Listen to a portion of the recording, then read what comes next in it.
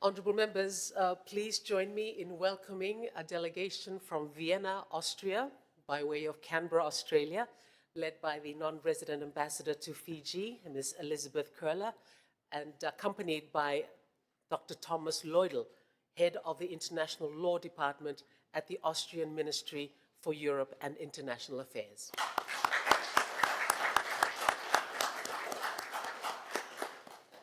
Your Excellency, we warmly welcome you to Fiji and to our Parliament, and thank you for joining us today.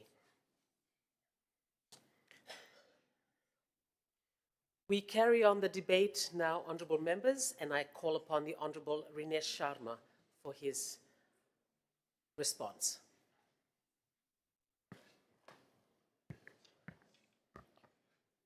Thank you, Madam Speaker.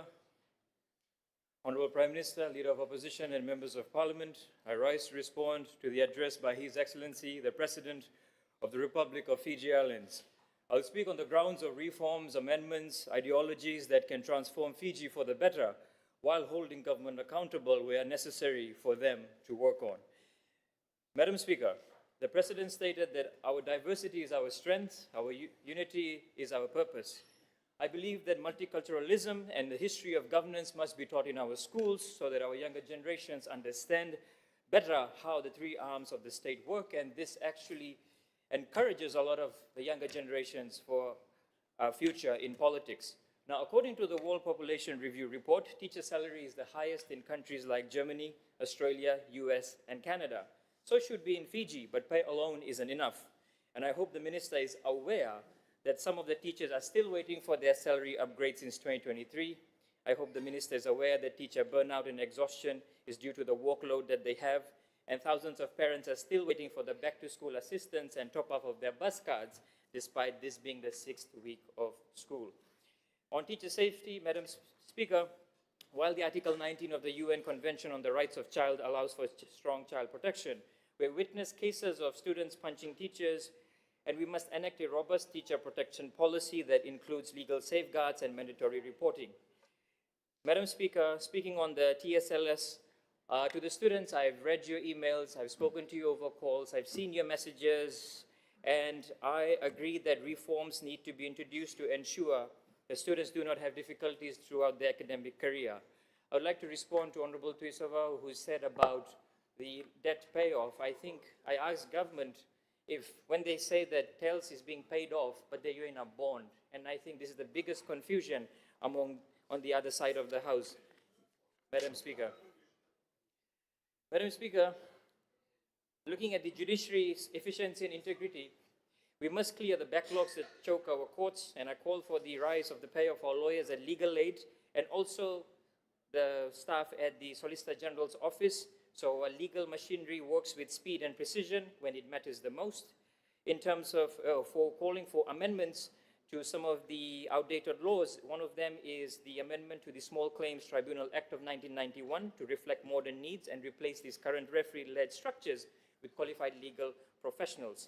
I also support the call for more aged care homes, and also I agree with the Minister for Women for the amendment to the Family Law Act of 2003 to further safeguard the rights and well-being of older persons. Madam Speaker, last week Saturday I was headed to a meeting, and a 75-year-old lady calls me. She was crying on the phone, and she said to me, her son got her to sign some documents for the renovation of the house, and when the house was renovated, the son, this is her words, her son kicked her out of the house. She was sitting at Lotoka bus stand, and I was in Suva. I tried various means to get help to her, but after 1 hour, I could not reach out to her. So if she's seeing this, please reach out to me. I'm trying to reach out to you.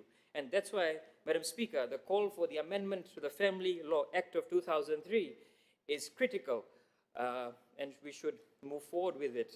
No child should be in the position to take their parents out of their homes.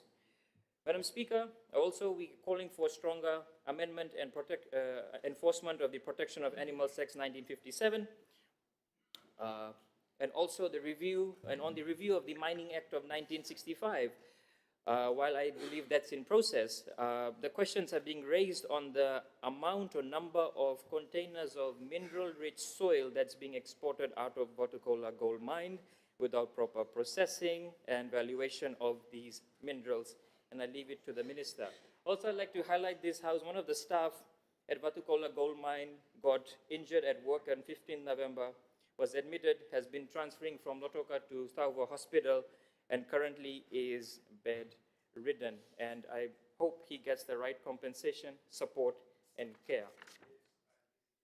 Thank you. That's your job. Very well. Madam Speaker, speaking on civil servants, stronger policies, safeguarding policies across Fiji's entire workforce is necessary. I came across a young intern who stated that her senior is harassing her, and I am yet to speak to the line minister. We must ensure that our youth deserve protection, dignity and safety in every ministry and workplace. Stronger policies must be put in place to stop bullying and harassment. While I support our civil servants because many work tirelessly to deliver for the people of Fiji, but I agree with the Prime Minister's call for civil service reform and performance evaluation. But and also the increase of their salaries and staffing to be improved to reduce exhaustion and burnout.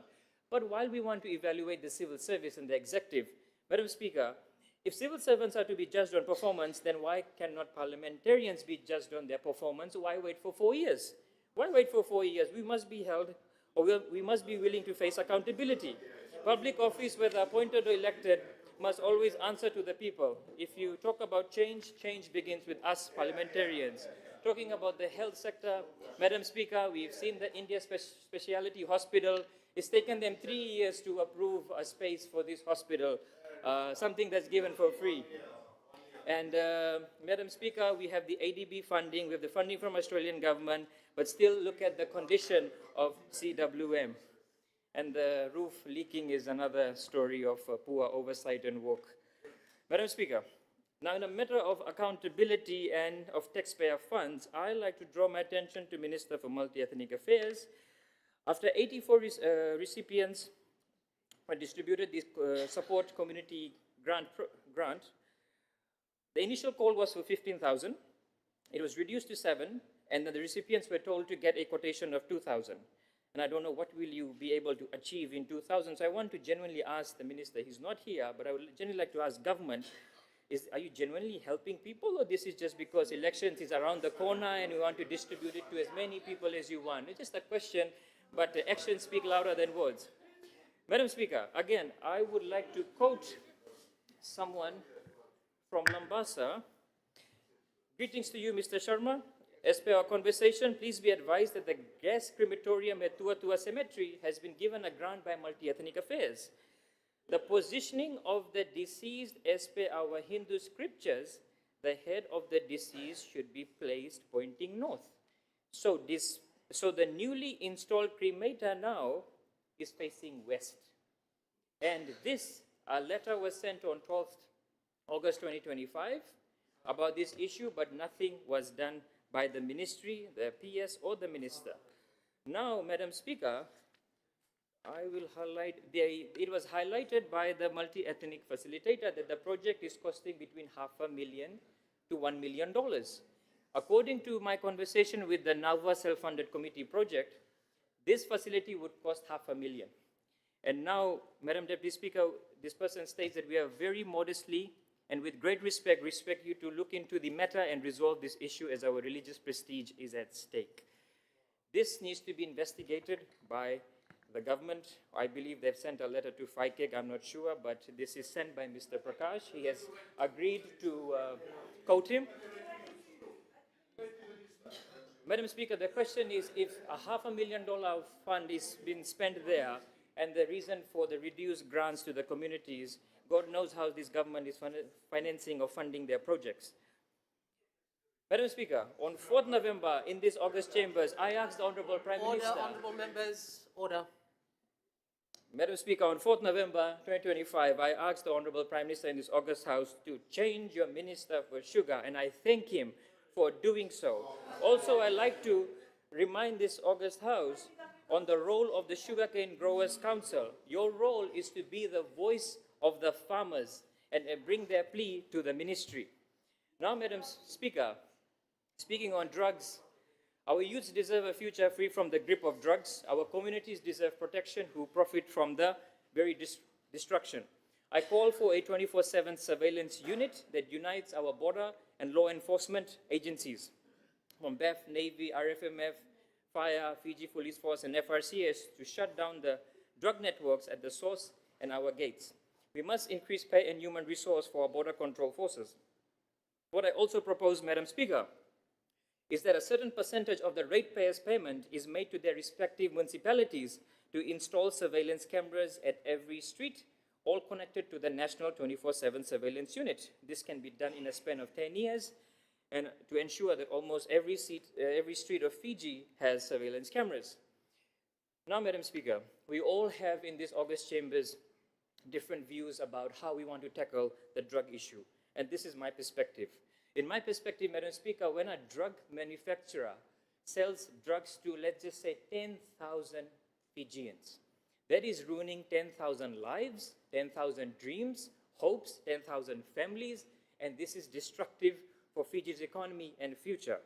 And of course, we have seen the rise in HIV cases. 1,200 people have been diagnosed with HIV in the first half of 2025. Therefore, I propose a legislation that imposes death penalty for deliberate drug manufacturing as a clear deterrent. To my colleagues in this legislative house, who are we afraid of, or who do we have to fear? My ideology is that if a legislation of death penalty for deliberate drug manufacturing comes in, we, as any government, will take our resources, we take all the human capital to our borders and monitor them, while also people traveling to outer islands need to have their names on the ticket, and also government or these agencies can monitor the number of calls made to these outer islands. Scanners and canine units at ports and jetties are critical. The death penalty, Madam Speaker, is a law in China, Singapore, and UAE, and Malaysia, but the whole idea is not for no one to ever go there. But this should be a law that makes people afraid of manufacturing drugs in Fiji, and Fiji should send a clear message to the transnational crimes that's happening in our EEZ, high seas, and the global cartels as well. Madam Speaker, now coming to Fiji's fiscal policies and sound economic policies under this government. I was surprised to see the betting order, Madam Speaker, because I thought that the current finance minister would be speaking last or second last, but we see the former finance minister, former DPM on the list. All right.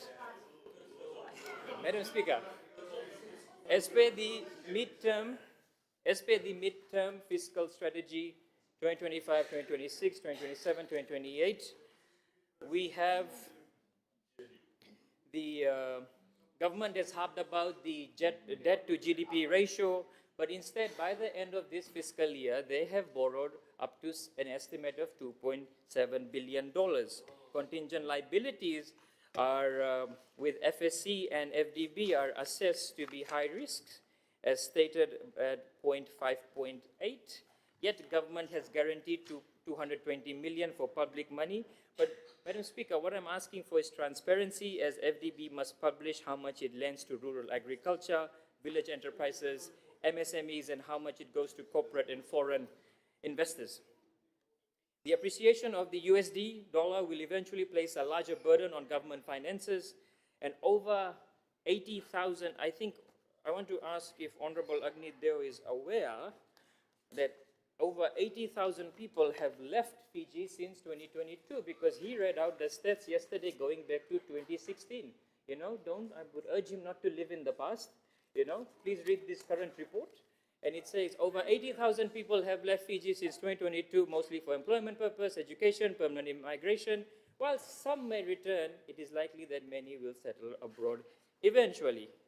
Just to update government on the current stats.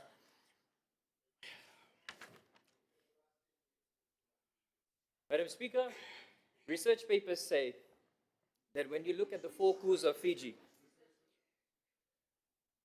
the one that your Permanent Secretary does, Madam Speaker, we're looking at the four coups that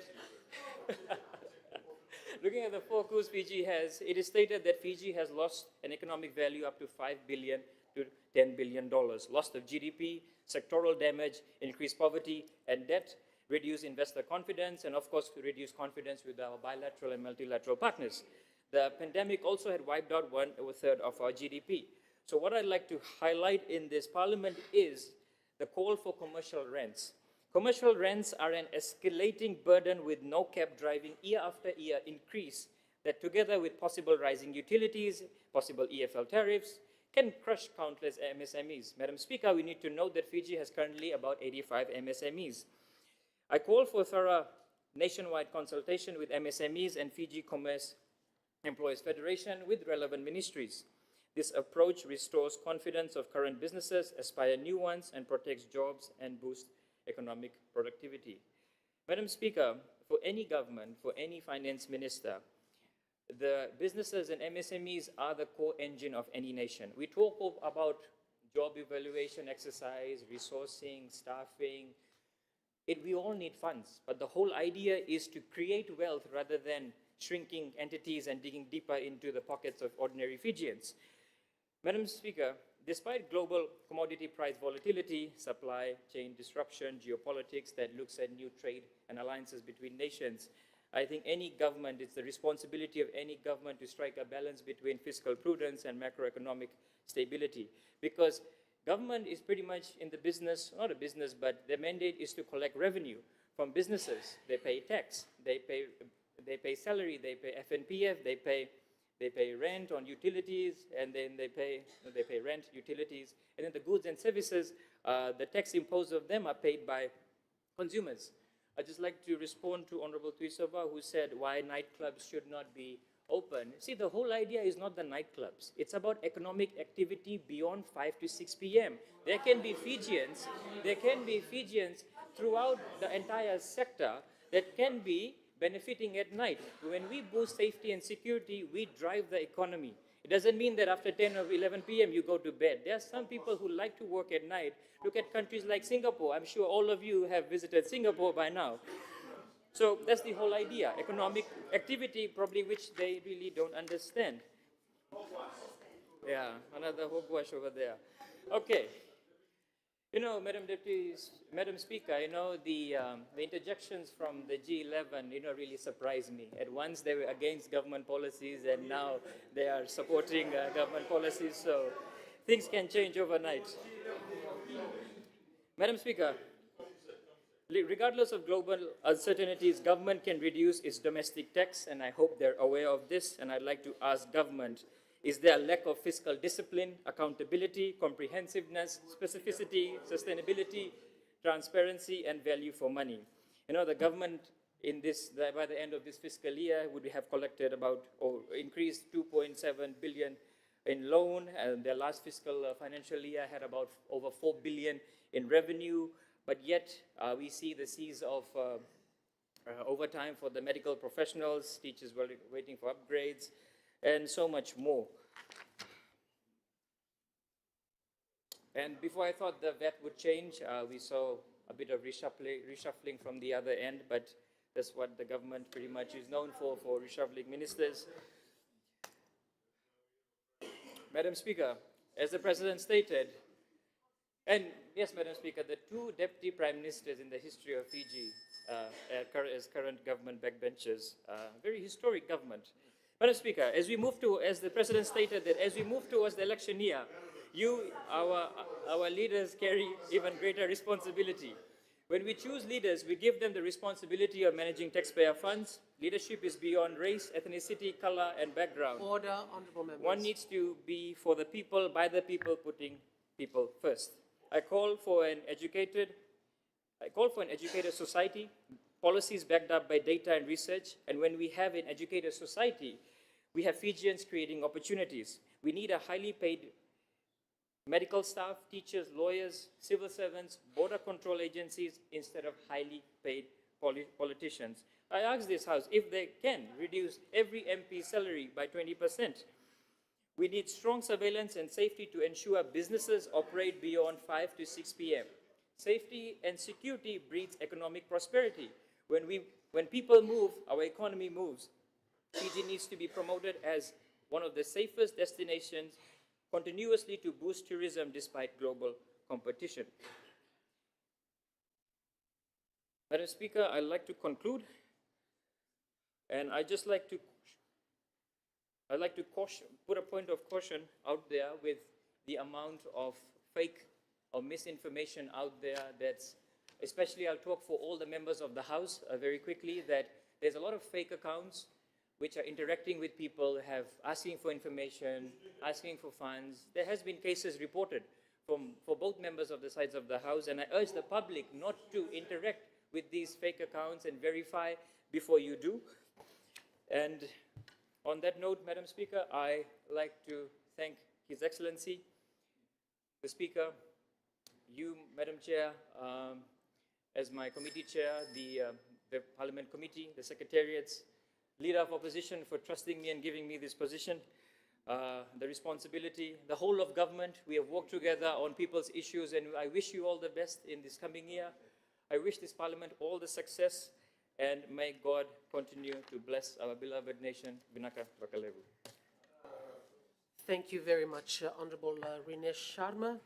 Before we go to our next speaker, honorable members, who is my Minister for Foreign Affairs and External Trade, the Honorable Sakyasin Toka, I would just like to remind Honorable Rinesh Sharma, perhaps to refresh your memory, and those of us in the House who were here on the 9th of August 2019, check your Hansard and see what happened. I thank you for your suggestions, but Honorable Tikondondua was part of the melee that happened outside, and I think it would be helpful for us to remember things that have happened here.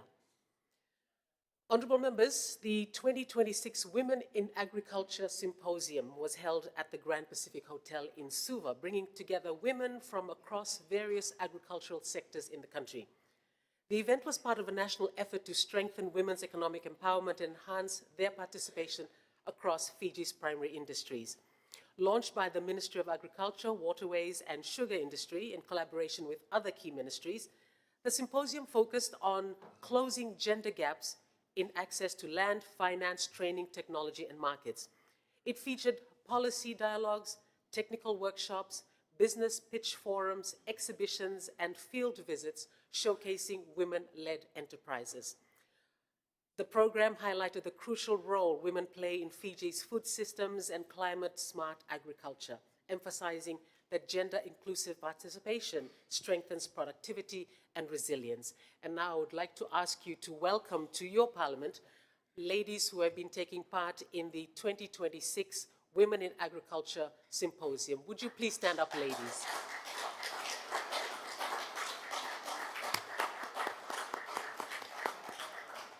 Thank you. Welcome to your Parliament, and thank you for your service. I now call on the Minister for Foreign Affairs and External Trade, the Honorable Sakyasin Toka, for his response.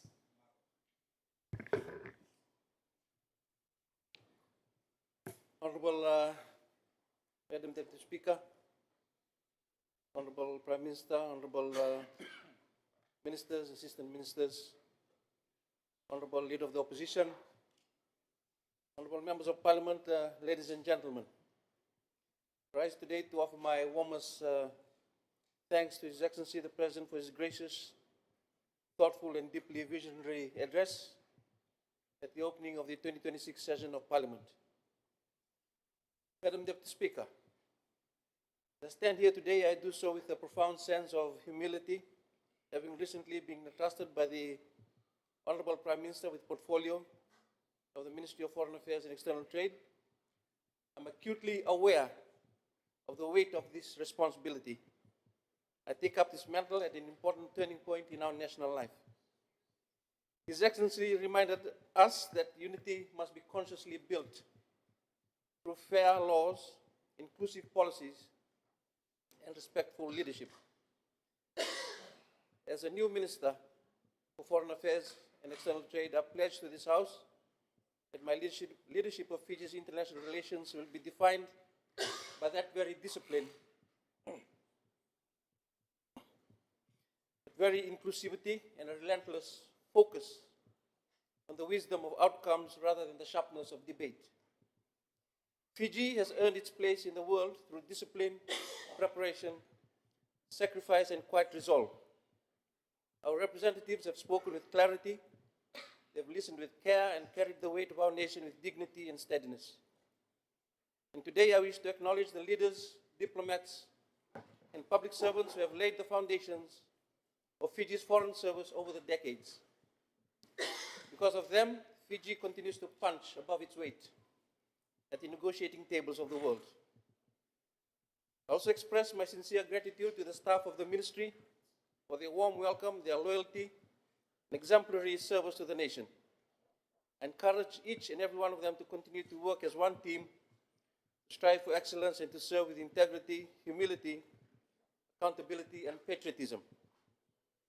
Madam Deputy Speaker, before I proceed further, allow me also to place on record the deep condolences of the Ministry of Foreign Affairs and External Trade on the untimely passing of one of our own, Ms. Alice Pulini.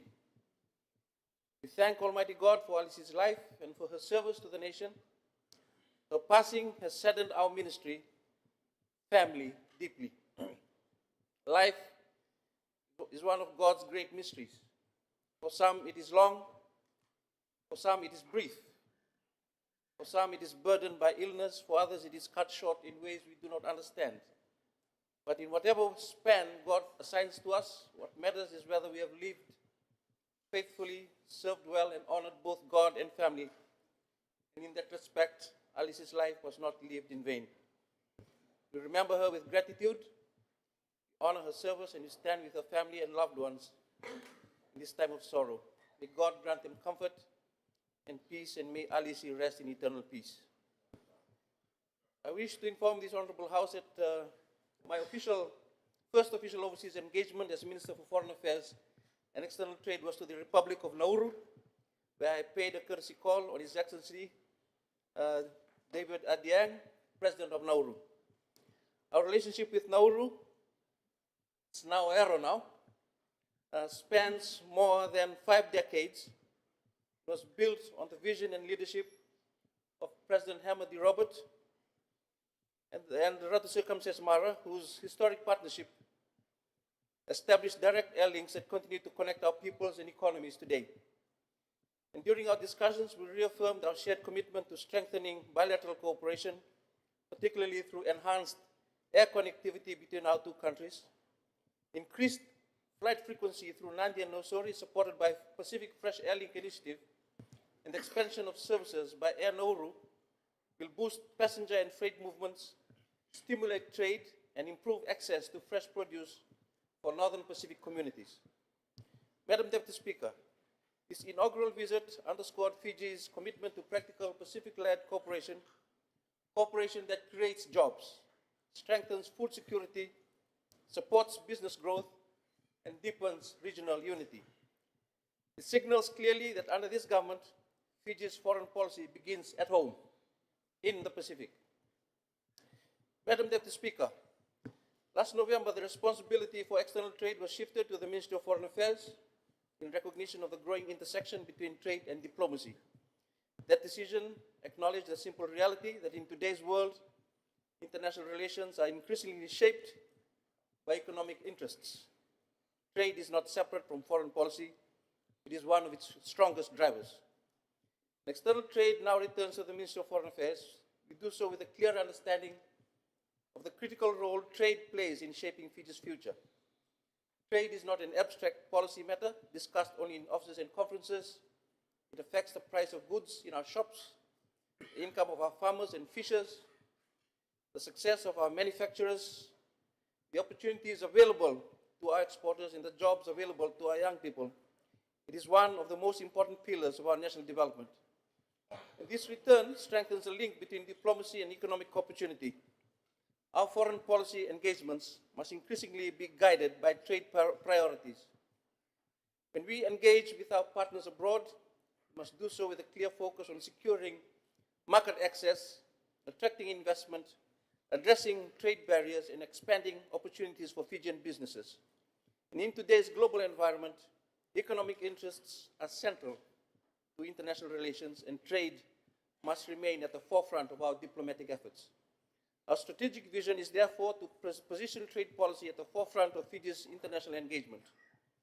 We will ensure that our diplomatic missions are equipped with clear commercial objectives, that trade intelligence fits directly into foreign policy decisions, and that bilateral and multilateral dialogues advance concrete economic outcomes.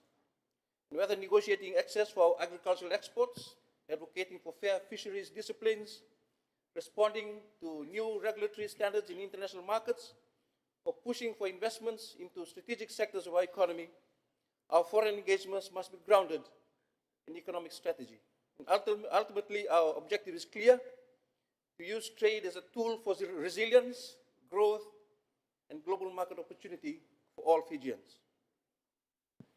Madam Deputy Speaker, over the past years, the Ministry has worked tirelessly in reviewing and expanding Fiji's global footprint through the opening of new missions and the reopening of missions that had been closed due to COVID-19. Most recent of these is the reopening of Fiji's embassy in Brussels, which was formally approved by Cabinet in November 2025. This forms part of a phased and strategic reopening to restore Fiji's diplomatic presence in Europe. Brussels missions was closed in 2021 due to post-COVID austerity measures. The government has now determined that covering European Union affairs from Geneva was not the most efficient arrangement given the workload, the institutional complexity of the European Union, and the importance of direct engagement. The embassy in Brussels will strengthen our diplomatic relations, trade and development ties with the European Union and the Organization of African, Caribbean and Pacific States. Madam Deputy Speaker, in the same spirit, the coalition government also envisions the reopening of Fiji's diplomatic mission in Seoul, Republic of Korea, which had been closed during the height of the COVID-19 pandemic. Fiji and Korea have enjoyed close relations for over 4 decades, and the Korea International Cooperation Agency, KOICA, has been a very important development partner for Fiji, including through major support such as the Fiji National Rehabilitation Center project.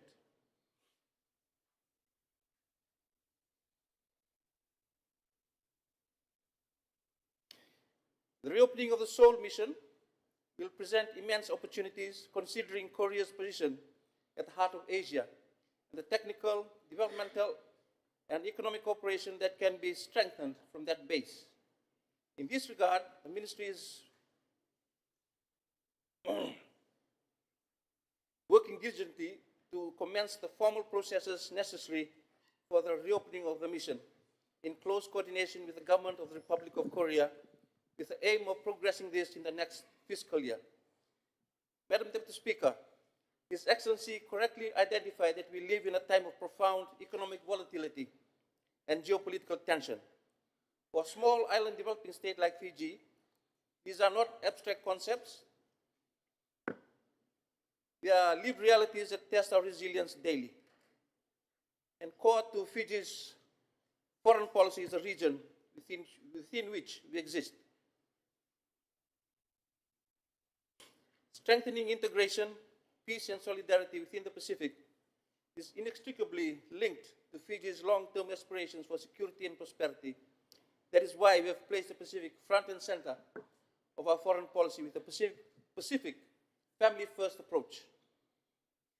Global disruptions have driven internal migration, urbanization, and wider democratic shifts, creating pressures that demand bold and integrated responses. And as we navigate these complex geostrategic dynamics, our North Star remains the ocean of peace. This vision, championed by our Honorable Prime Minister, is not idle language. It is a strategic doctrine for the Pacific.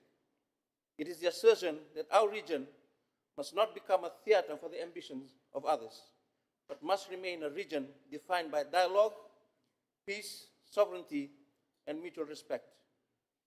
Madam Deputy Speaker, much of what I report on today reflects the milestones of the 2025-2026 budget cycle. While I did not sit in this chair when those numbers were first debated, I've spent my first weeks in office examining progress closely, and I can say to this House with confidence that the priorities set were not merely spoken about, they were pursued with seriousness. Last year, government allocated $51 million to this ministry, a 16% increase. Some questioned why. Today, the facts provide the answer. Fiji was recently informed of the European Union's decision to remove Fiji from its list of non-cooperative jurisdictions for tax purposes. This did not happen by accident.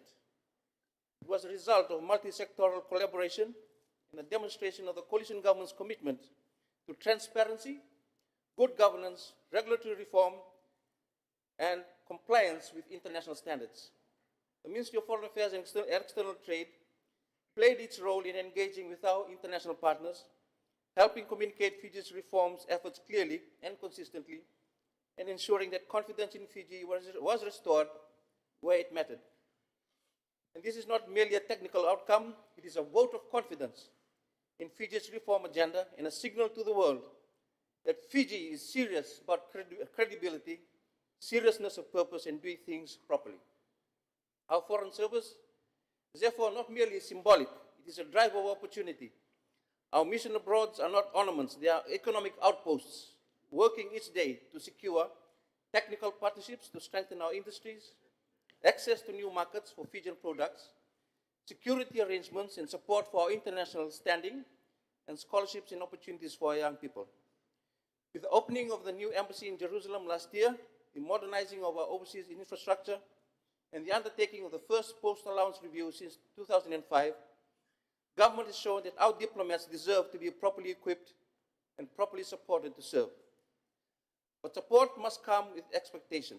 The call is also on our diplomats to bring back the return on investment expected of them for the benefit of our taxpayers.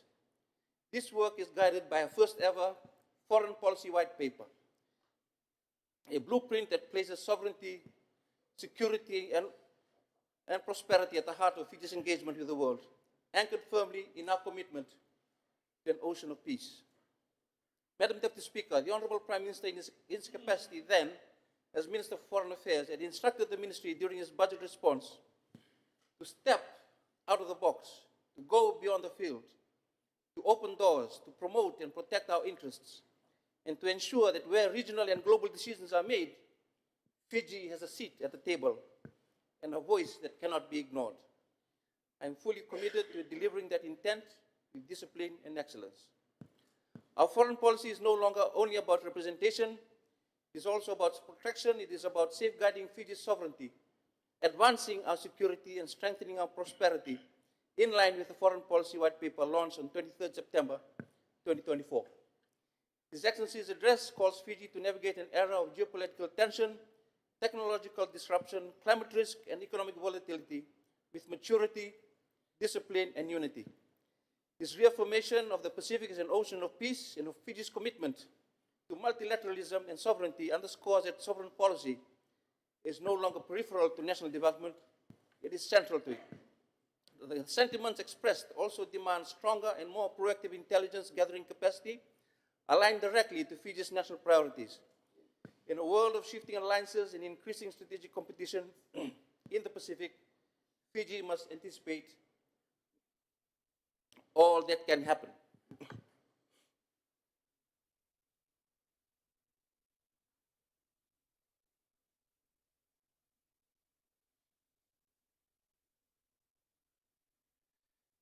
Diplomatic, economic, environmental, technological, and security intelligence must better inform cabinet decision-making, trade diversification, climate finance, negotiations, peacekeeping deployments, and development partnerships.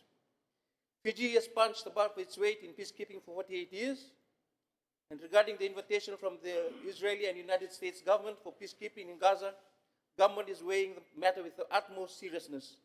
Any such mission must align with international law, national interest, and the safety of our disciplined forces. Multilateralism today faces great strain. Major powers contest institutions they once built. Rules are challenged, consensus is harder to find, yet for small states like Fiji, multilateralism remains essential. Without multilateralism, the voices of small island states are drowned out, and without international law, power alone prevails, and without a rules-based order, the vulnerable are left exposed. Fiji therefore remains committed to principled multilateralism, We will continue to advocate for international law, the peaceful settlement of disputes, equitable development, climate justice, and the sovereign equality of states. An all-of-government approach is therefore imperative. Foreign policy cannot reside solely in the Ministry of Foreign Affairs. It must be synchronized with finance, defense, trade, climate, agriculture, fisheries, digital transformation, immigration, labor, and social protection. Domestic coordination mechanisms must mirror our external priorities, ensuring that what Fiji advocates abroad, resilience, sustainability, unity, and fairness, is integrated institutionally at home. Strategic coherence between domestic policy and foreign engagement will enable Fiji to continue to punch above its weight with clarity of purpose, safeguarding sovereignty while advancing inclusive national development. Madam Deputy Speaker, Fiji deeply values the continued support of all our development partners whose contributions have been instrumental in advancing our national development priorities. The Ministry of Foreign Affairs and External Trade will continue to work closely with line ministries and development partners to address social and developmental challenges. And as we continue our recovery from global shocks, while confronting the rising cost of living and trying to ensure that economic growth translates into tangible improvements in household well-being, strategic engagement in sectors such as agriculture, tourism, renewable energy, housing, health, education, and emerging industries remains essential. Madam Deputy Speaker, there has been increasing interest in the opening of resident diplomatic missions in Fiji. Canada and the Philippines have recently established resident diplomatic missions in Fiji. Israel is earmarked to open in May later this year. The opening of Tonga's mission has recently been approved by Cabinet, and the United Arab Emirates currently has a scoping mission underway.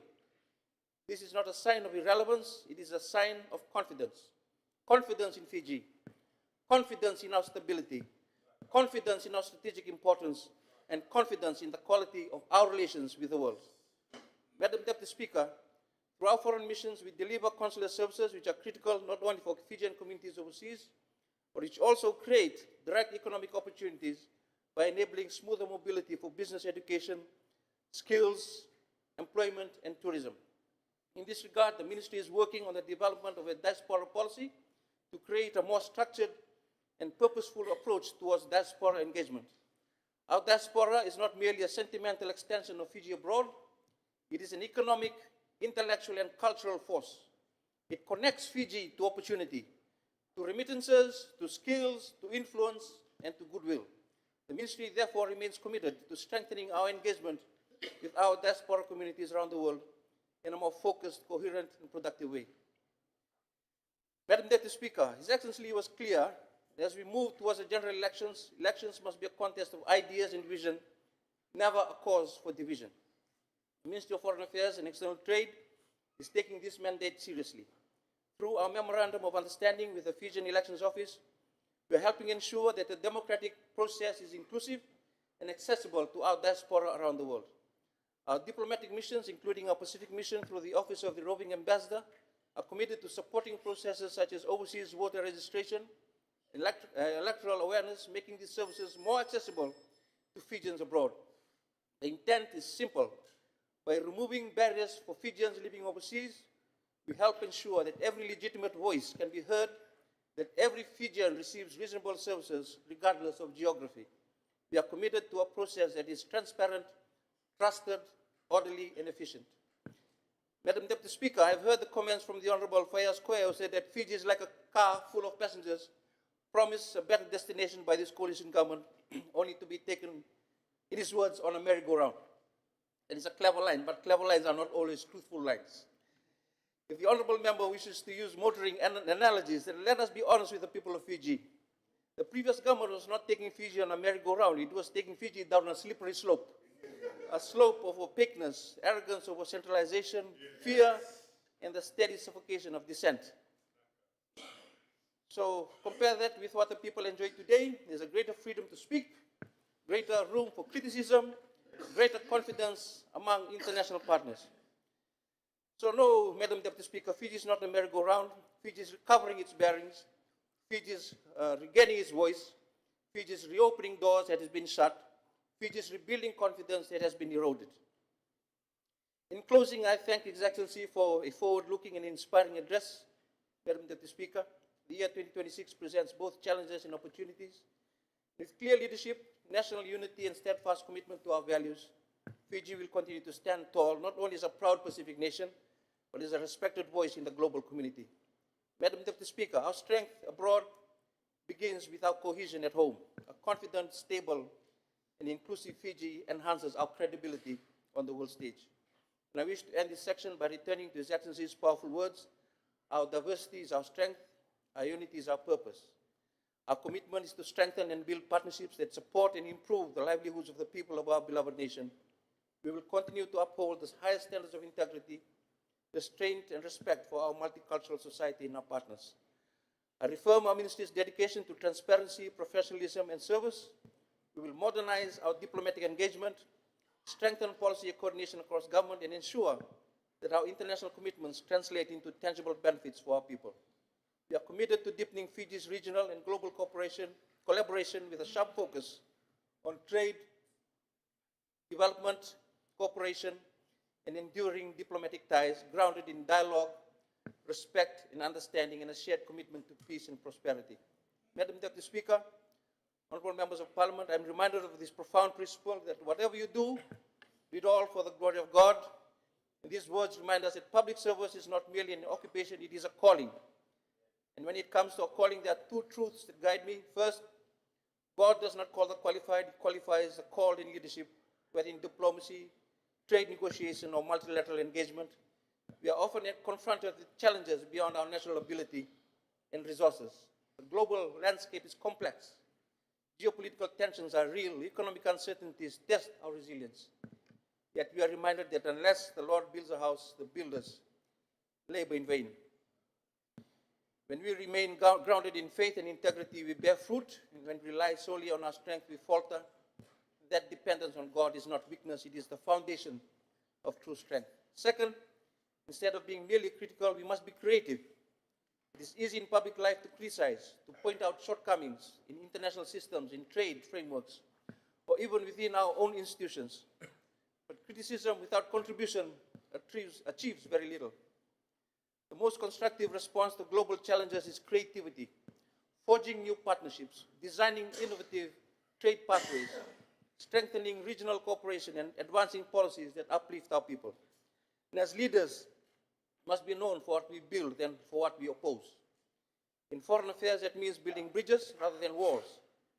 In external trade, it means creating opportunity rather than merely lamenting obstacles. So we are called not just to identify problems, but to solve them with vision, diligence, and courage. Each of us in this chamber has been entrusted with a responsibility for a season. Let us therefore carry out our duties with excellence, integrity, and spirit of collaboration. Let our diplomacy reflect our values. Let our trade relationships reflect fairness and mutual respect. Let our leadership reflect honor, and let our service be worthy of both God and our country.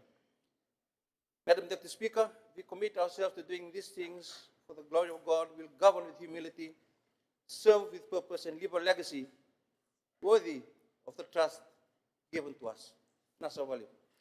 The Honorable Minister for Foreign Affairs and External Trade, Honorable Sakiasi Nditoka. I now call upon perhaps our final speaker before our lunch break, Honorable Alipati Tuidola. You have the floor, sir.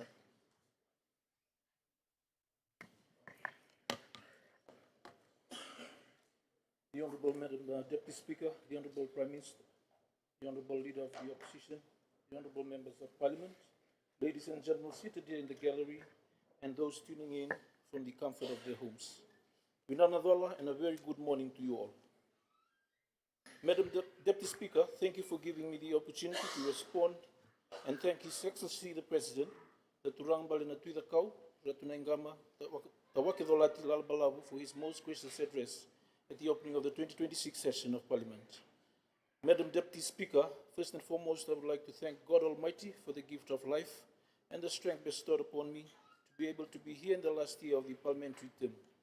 He has never failed me, and may His word continue to be the lamp unto my path. Madam Deputy Speaker, let me converse in my native dialect to greet the Takoa and the Lavo and fellow Fijians. Igulu mia na ngona binakwe, mengu vadola wachi mutul thogo na takona lavo, mutul lengu kuru, mutul lengu kweda levu, lengu maseki, lengu tawu, mutul lengu ndreu, ilendu bi endela, ingwali, toba toba ngenigu mutul imbarabi, ngenigu mutul ibi yanu. Binava levu na alu binakoto, yalu ndina koto van le mutu itabi. Marroi koto na sabsaba ngenia, me teitei mata ni le mutu dol visi ngana lendu vadola. Madam Deputy Speaker, at this juncture, I would also like to acknowledge the traditional owners of the land on which we stand on today. Each Matangali must be acknowledged for giving up their land so that you and I are able to stand on today. Kina bonua nandonu mai, wana turanga na tuisua. Kiwe kemuni keda na leo ni abusa kina Matangali na bonua ko nandonu mai. Nakasaka bakalevu na loloma kina bethi ngom.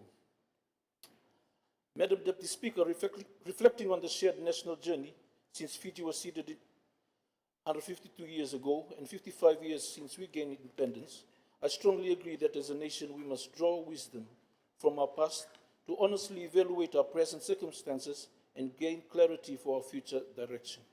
Madam Deputy Speaker, I concur with the Excellency the President when he stated that as a nation we are challenged to review not only how far we have come, but also how we collectively prepare for the decades ahead, how we safeguard our unity together, and how we ensure that development is fair, inclusive, and sustainable for all our people. Madam Deputy Speaker, as much as we wish to progress and move forward as a nation, the truth behind stories of the past, the Kunikwila period, must be revealed and shared. Madam Deputy Speaker, we cannot continue to hold back the truth. Once these truths are made known, it will bring relief and closure to many Fijians. Madam Deputy Speaker, we serve a God that detests dishonesty, as lying is contrary to his nature, while valuing truthfulness and integrity.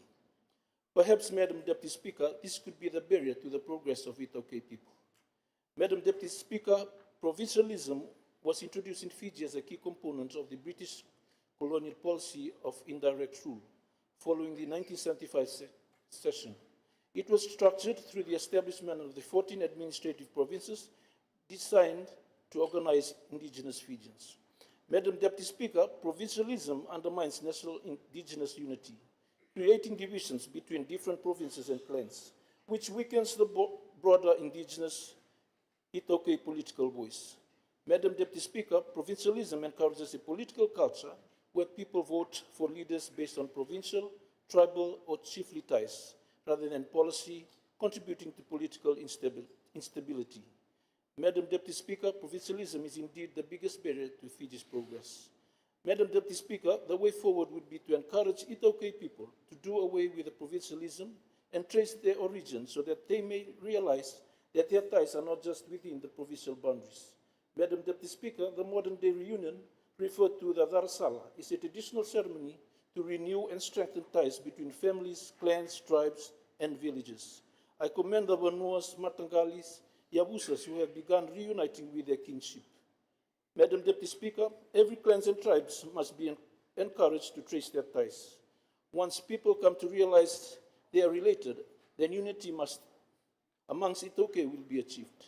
Madam Deputy Speaker, our ties signifies the deep, often invisible connection that bind people together, acting as a foundation for relationship. Madam Deputy Speaker, a multicultural society will only be achieved if Fijians of different ethnic backgrounds fully recognize the need to live harmoniously.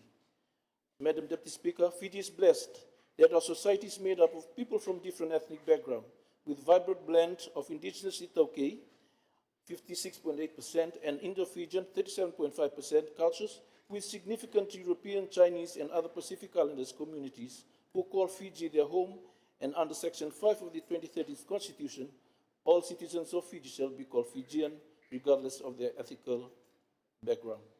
Madam Deputy Speaker, as alluded to by His Excellency the President, that Fiji's multicultural society is one of its greatest strengths, but unity does not arise automatically from diversity. Madam Deputy Speaker, unity will only arise through love and acceptance, fair laws, inclusive policies, respectful leadership, and a shared commitment to the common good. Madam Deputy Speaker, 2 weeks ago, I accompanied the Standing Committee on Social Affairs for site visits around Viti Levu and Vanua Levu. We visited sites that comes under government ministries and agencies that the committee is mandated to review relating to social welfare, health, education, and development. Madam Deputy Speaker, one of these agencies was the Fiji Public Trustee Corporation, PT Limited. Madam Deputy Speaker, speaking of a multicultural society, the FPTC is the custodian of Kioa Island. Madam Deputy Speaker, 110 Matai, or chiefs from Vaitu Tuvalu, purchased the islands of Kioa in Fiji in 1946. The purchase was made for 3,000 Fijian pounds to address overpopulation on their home island. These chiefs and their successors hold the island in trust. Madam Deputy Speaker, Kioa Islands operates under a unique system combining Fijian legal jurisdiction with internal community self-governance. The island is governed by the Kioa Island Council, which handles local administration and development projects with oversight from the Takunrobe Provincial Administration. Madam Deputy Speaker, Kioa Island is one of the cleanliest places I ever come across in Fiji. I must commend the Kioa Island Council for their outstanding work in the general upkeep of the island, governance, and managing its community's affairs well. Madam Deputy Speaker, a simple model of governance by the Kioa Island Council must be promoted and adopted by our rural and maritime communities. Madam Deputy Speaker, with the active role of the Kioa Island Council in managing its community affairs, I am pleading with the Honourable Prime Minister to formally reinstate the island councils, in particular the Rambi Council of Leaders. Madam Deputy Speaker, giving the people the opportunity to elect their own representative to the council will allow the council members to serve their communities, maintain law and order, and facilitating local development projects.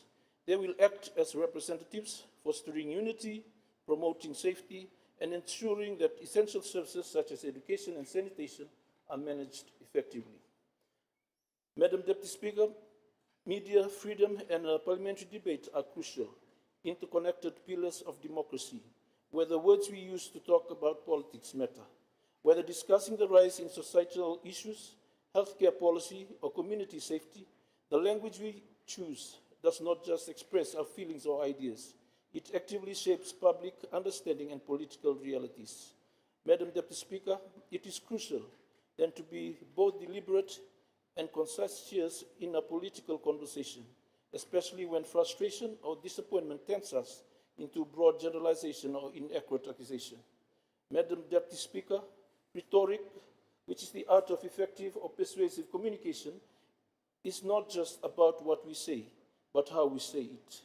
The words we choose, the tone we adopt, and the framing of our arguments have consequences. In politics, rhetoric can inform, inspire, and rally people to action, but it can also mislead, divide, or even undermine the very causes we care about.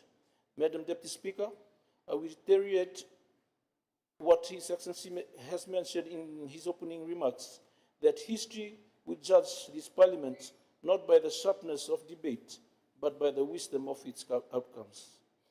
Madam Deputy Speaker, the commencement of the review of the Constitution by government, as announced by His Excellency the President, is welcome. Madam Deputy Speaker, this exercise must ensure the supreme law remains relevant, protects human rights, and strengthens democratic governance. Madam Deputy Speaker, we understand that this review will include modernizing processes, enhancing accountability and the rule of law, updating legislation to match current societal needs, and fostering national unity by addressing shared challenges. Madam Deputy Speaker, with the engagement and meaningful public participation, transparency and dialogue, the voices of all Fijians across communities, generations and regions will be heard and respected. Therefore, Madam Deputy Speaker, I strongly support the constitutional amendment process, which requires a high degree of consensus. Madam Deputy Speaker, when the Fiji Truth and Reconciliation Commission Bill 2024 was debated in this August House, I had some reservation in supporting the bill. Madam Deputy Speaker, I had wished that the Commission would not only focus on the modern political upheaval, but include the biggest and devastating upheaval in Fiji's history known as the Little War. Nevertheless, Madam Deputy Speaker, I understand that the Truth and Reconciliation Commission continues to work and promote understanding, healing, and unity to those who have lived through turbulent events of 1987, 2000, and 2006, and their aftermath. Madam Deputy Speaker, as a devoted Christian, I plead with everyone that were affected by the upheaval to forgive and forget the past. Madam Deputy Speaker, one of those who were greatly affected by the turbulent events of the past was the late Andy Queenie Speed, a former leader of coalition, Deputy Prime Minister, and widow of the late Prime Minister, Dr. Tupeni Bavandra. Madam Deputy Speaker, not only I was related to her, she was someone that I looked up to as a mentor. She was outspoken and had the qualities of a great leader. But Madam Deputy Speaker, in her final message to the people of Fiji from a sick bed in Canberra, 2 days before the 7th anniversary of the 1987 coup, in 1994, she said, and I quote, "God has spoken to her and told her to forgive everyone and forget about the events of 1987. She urged everyone else who had been hurt during the events of 1987 to follow suit." Madam Deputy Speaker, she went on to say, "It is my hope that I can play my part in building a Fiji that gives the world a new understanding of unconditional love and total forgiveness that Jesus Christ gave us," unquote. Madam Deputy Speaker, here is someone who has lived through the turbulent events of 1987 and 2000, and to know that she has forgave and forget the past is a great lesson for all honorable members present here and our fellow Fijians. Madam Deputy Speaker, true forgiveness, rooted in divine grace, is considered a supernatural act that originates from God, enabling believers to release bitterness and extend mercy to others just as they have been forgiven. Madam Deputy Speaker, it is about changing how you remember, allowing you to recall the event without triggering pain, anger, or bitterness. It is a command, not just a feeling that reflects God's character and requires relying on His strength to forgive the unforgivable. Madam Deputy Speaker, Fiji's public enterprises provide key benefits like improved economic efficiency, reduced taxpayer burden, and enhanced service delivery. Madam Deputy Speaker, as stated by His Excellency the President, that public enterprises are central to our economic infrastructure, delivering essential services, driving investment, and supporting inclusive growth. Madam Deputy Speaker, last week the Standing Committee on Economic Affairs visited the Fiji Rice Mill in Raketi, and we were fortunate to have met with the CEO and his team, the Ministry of Agriculture and Waterways, Northern Division officials, and existing Vanua Levu rice farmers. Madam Deputy Speaker, it was indeed an opening experience for me, and we thank your good office for allowing our committee to conduct such visits. Madam Deputy Speaker, rice farming is highly viable, profitable business in Fiji. With over 80% of rice imported, there is a large guaranteed local market. Madam Deputy Speaker, the Ministry of Agriculture and Waterways must continue to support existing rice farmers and work towards increasing rice production and improving the livelihoods of farmers in the Northern Division. Madam Deputy Speaker, with that being said, I take this opportunity to thank the CEO of Fiji Rice and his staff for their hard work and for going the extra mile with limited resources to revive the rice industry. Madam Deputy Speaker, I would also like to thank the farmers from Vunimoli and Wailevu, Maduata, the Lomo farmers and the Lobo village youths, Bua and Nambua youths, rice farmers in Navatu, the Kaunrobe, for their hard work and their contribution towards the industry. Madam Deputy Speaker, we need more farmers like the ones I have mentioned above. Their biggest challenge was getting more land to plant rice. Currently, they are engaging with nearby land owners under informal agreement to utilize their land. Madam Deputy Speaker, Manoa Nambiri, a youth from Nambua, mentioned that he used to be a Yangona farmer for 4 years. After his Yangona got stolen, he gave up on Yangona farming and thought to try out rice farming. According to him, Madam Deputy Speaker, he only wished he had known about rice farming earlier. He is excited about rice farming, and hopefully the Ministry of Agriculture and Waterways assist him and his fellow youth rice farmers with the machinery. Madam Deputy Speaker, if we plant more rice, export will generally increase, provided that the production increase exceeds domestic consumption demands. Madam Deputy Speaker, with the increase in production, it can allow for greater export values, potential boosting the national economy. It helps reduce dependence on foreign imports, promoting self-sufficiency, and higher yields can create jobs, boost local economies, and increase income for farmers. Madam Deputy Speaker, we commend Tourism Fiji and its stakeholders in achieving a record-breaking year in 2025, welcoming 986,367 visitors, which surpassed the 2023 record of 929,740 visitors and showed a 0.3 increase over 2024. Madam Deputy Speaker, Fijian hospitality is a way of life. It is not learned, but a gift from God. It is a globally renowned, deeply ingrained culture of warmth, friendliness, and genuine, unconditional care for visitors. Madam Deputy Speaker, hospitality is fundamentally driven by passion, transforming routine service into memorable, heartfelt experiences. It is viewed as a calling to make guests feel valued and cared for rather than just a job. Madam Deputy Speaker, the Fijian people are considered the core strength of the Fijian tourism industry. Therefore, Madam Deputy Speaker, I remind our youth who choose tourism as a career that choosing a career in tourism requires a genuine passion for hospitality because the industry is fundamentally built on creating positive, memorable experience for travelers. Madam Deputy Speaker, while technical skills can be taught, a service-oriented mindset characterized by empathy, passion for helping others, and desire to make people feel comfortable is the heart of the industry. Madam Deputy Speaker, we welcome the tourism development extended to the other divisions, such as the joint initiatives Nabualiku project supported by the World Bank. Madam Deputy Speaker, the Nabualiku project will drive economic growth, contributing 40% to GDP, create thousands of jobs, and improve infrastructure like roads, water, and airports. Madam Deputy Speaker, these initiatives would promote sustainable, community-based tourism, empower women entrepreneurs, and protect natural and cultural heritage. Madam Deputy Speaker, I commend the Ministry of Health and Medical Services for hosting the recent National Health Transformation Summit that was held in December 2025, and its outcome, which will be focusing on prevention, primary health care, system resilience, and sustainable reform. Madam Deputy Speaker, evidence suggests that the core of Fiji's health crisis, particularly the high prevalence of non-communicable diseases, is a shift in dietary habits towards processed foods, rather than a total lack of healthy options. NCDs account for over 80% of all deaths in Fiji, driven by diets high in fat, sugar, and salt. Madam Deputy Speaker, focusing on prevention is the way forward for our nation. The preventative measures such as screening, vaccination, and lifestyle counseling reduce disease incidence, mortality, and long-term costs for detecting issues early.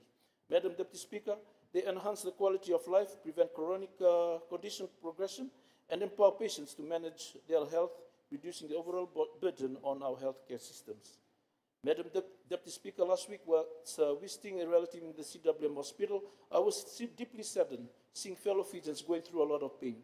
Madam Deputy Speaker, a healthy population drives economic growth through higher productivity, fewer work absence, and lower healthcare costs, making physical and mental well-being a cornerstone of national prosperity. Madam Deputy Speaker, when we invest in public health, including preventative care and active lifestyles, it creates a resilient, capable workforce that fuels economic development. Madam Deputy Speaker, I commend the government's commitment in supporting the development of our youth through inclusive initiatives, school-based programs, and community engagement to foster character, leadership skills, and civic responsibility among young people. Madam Deputy Speaker, this initiative focuses only on the development of the three core aspects of life, which is the physical, mental, and the social developments, and that the ministry continue to overlook the one very important aspect, which is the spiritual well-being of our youths. Madam Deputy Speaker, no amount of human efforts can change the mindset of our youths. If we continue to neglect this aspect of life, we need to align our youths to Christ. Madam Deputy Speaker, aligning our youths to Christ involves fostering a personal identity in Jesus, encouraging spiritual disciplines, and engaging them in active ministry to cultivate a serving heart. Madam Deputy Speaker, it is sad to say that most active religious youth groups are not registered with the Ministry of Youth and Sports. What I also noted from previous years, Madam Deputy Speaker, that some youth groups are just formed and registered to apply for funding or assistance from the Ministry of Youth and Sports. After receiving those assistance, they become inactive till to date. Madam Deputy Speaker, for most of us who grew up and actively involved in the youth activities, our youth clubs did not need any government assistance to keep functioning. we were trained to be independent and raise funds to assist us. Madam Deputy Speaker, when we have big camps with a camp fee of $100 per youth, 5,000 youths will turn up to the camporee. Madam Deputy Speaker, any camps organized by the Adventist Church in the Western Division, I'm proud to say that the biggest number of youths attending these big spiritual gatherings are from Nanronga, Nabosa. The Western Division is the camp that was held in Nandaribot last year. Our youth from Nabosa and Nanronga paid more than $9,000 in camp fees. Madam Deputy Speaker, what I admire with our youth from my district is that they may fall short of the glory of God most times, but when it comes to spiritual revival gatherings, they will never miss out in attending the event. Madam Deputy Speaker, no amount of youth and sports development can stop societal issues faced by our youth today. Major spiritual revival is what youth needs. When our youths align themselves to God, then the nation need not to worry. Madam Deputy Speaker, the phrase youth are leaders of tomorrow, often attributed to Nelson Mandela, emphasizing that young people possess the energy, creativity, and potential to shape the future. It is a call to empower youth through education, skills, training, and civic engagement, such as in youth parliaments and mentoring programs. Madam Deputy Speaker, with all that's happening in our world today, I would say that God-fearing youths are leaders of tomorrow. Madam Deputy Speaker, Fiji does not need social media youth leaders, someone who posts everything he or she is doing to try and convince the public that he or she is doing something useful. We do not need those types of leaders. What Fiji needs today are God-fearing youth leaders. Madam Deputy Speaker, when our young generation are grounded in faith and moral principles, they are destined to guide society, churches, and nations towards a righteous future. It emphasizes that true leadership requires not only talent and energy, but also integrity and a sense of divine responsibility. Madam Deputy Speaker, in October last year, the Nabosa Rugby Union coach contacted everyone in the district to seek financial assistance. Madam Deputy Speaker, in just one day, we collected $10,000, thanks to every Nabosa supporters locally and abroad who gave willingly towards a worthy cause. Madam Deputy Speaker, the Nabosa Rugby Union Supporters Association was formed and had only one task, that is to fund the players' welfare, and that each player has to receive $100 per week when they break camp, since majority of our players were unemployed. Madam Deputy Speaker, this fundraising drive went on every week during the Banua Cup Challenge. Therefore, I would like to thank our President Merwe Kalou and the committee for this great initiative. Madam Deputy Speaker, I challenge and encourage all provincial rugby unions and supporters, please look after the welfare of your players. Most of these players sacrifice their time and resources to play for our provincial team. Any donations toward their welfare is greatly welcome and appreciated. Madam Deputy Speaker, Fiji's unemployment rate is approximately 4.3% as of late 2023 to late 2024, according to reports from the Ministry of Finance. Madam Deputy Speaker, the two main types of unemployment in Fiji are voluntary unemployment and involuntary unemployment. Madam Deputy Speaker, involuntary unemployment occurs when people want to work at prevailing wages but cannot find jobs. Whereas the voluntary unemployment, Madam Deputy Speaker, it occurs when individuals chose not to work, often due to low wages rate, often prioritizing leisure, education, or searching for better opportunities over immediate employment, or just being lazy and avoid work or effort. Madam Deputy Speaker, most of our unemployment youths today come under the voluntary unemployment.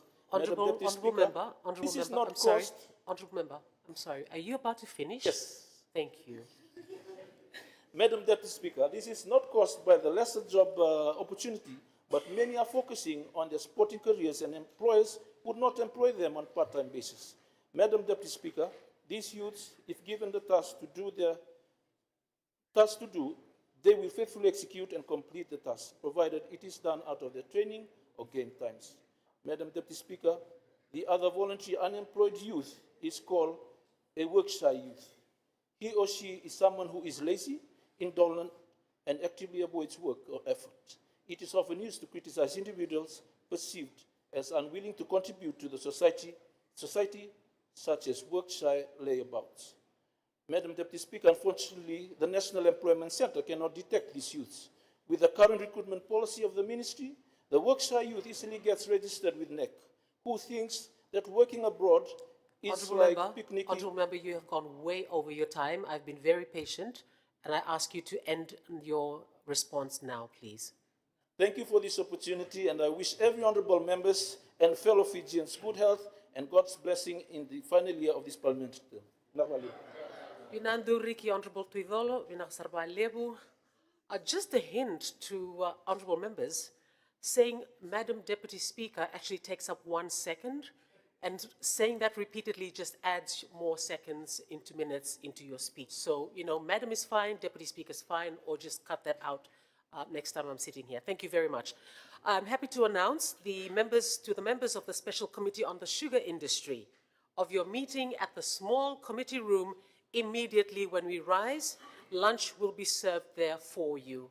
Honourable members of the Special Committee on Sugar Industry. Honourable members, at this point, we will suspend proceedings for lunch. Parliament will resume at 2:30.